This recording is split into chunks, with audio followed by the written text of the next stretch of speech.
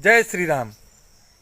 हम भोजपुरी के एगो लयदार अशोक मिश्रा आप सब तमाम भोजपुरी श्रोता और दर्शक के दिल से प्रणाम करतनी।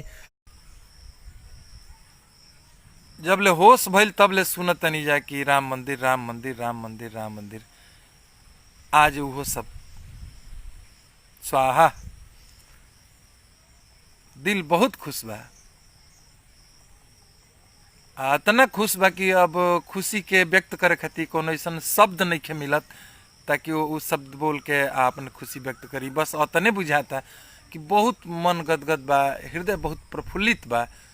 आज इतना बढ़िया कार्य भइल कि पूरा संसार जब ले धरती रही तब तक ले कार्य के याद कल जाई। काहे अब लोग पूछी कि काहे ऐसे बोलता रहो महाराज, जेकर गांव जेकर घर अयोध्या ओकरे केस लड़े के पड़ल, ओकरे खातिर लोग लड़ल जेकर घर अयोध्या हो।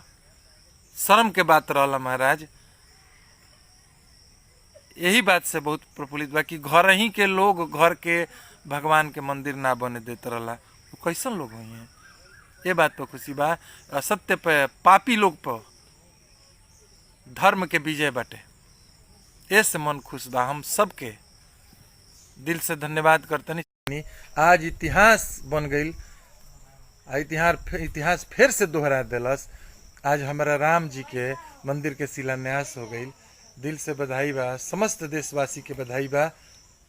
उनको बधाई बा जरा चलते आतना दिन हमनी के केस लड़नी जा, आतना दिन दर दर के ठोकर राम जी खैले, टाट में रहले, तिरपाल में ओढ़ा के उनका के रखल गई। ओहू लोग के धन्यवाद बा। जब से बा तब से कहल जाता कि राम सबकर हवे, राम सबकर हवे, लेकिन लोग ना बुझल। एक खातिर ना बुझला खातिर धन्यवाद बा कि आज सही में पूरा दुनिया जान गई, पूरा दुनिया बुझ गई कि राम केकर हवे आ केकरा के कतना में रहे के चाहिए, का मर्यादा हो।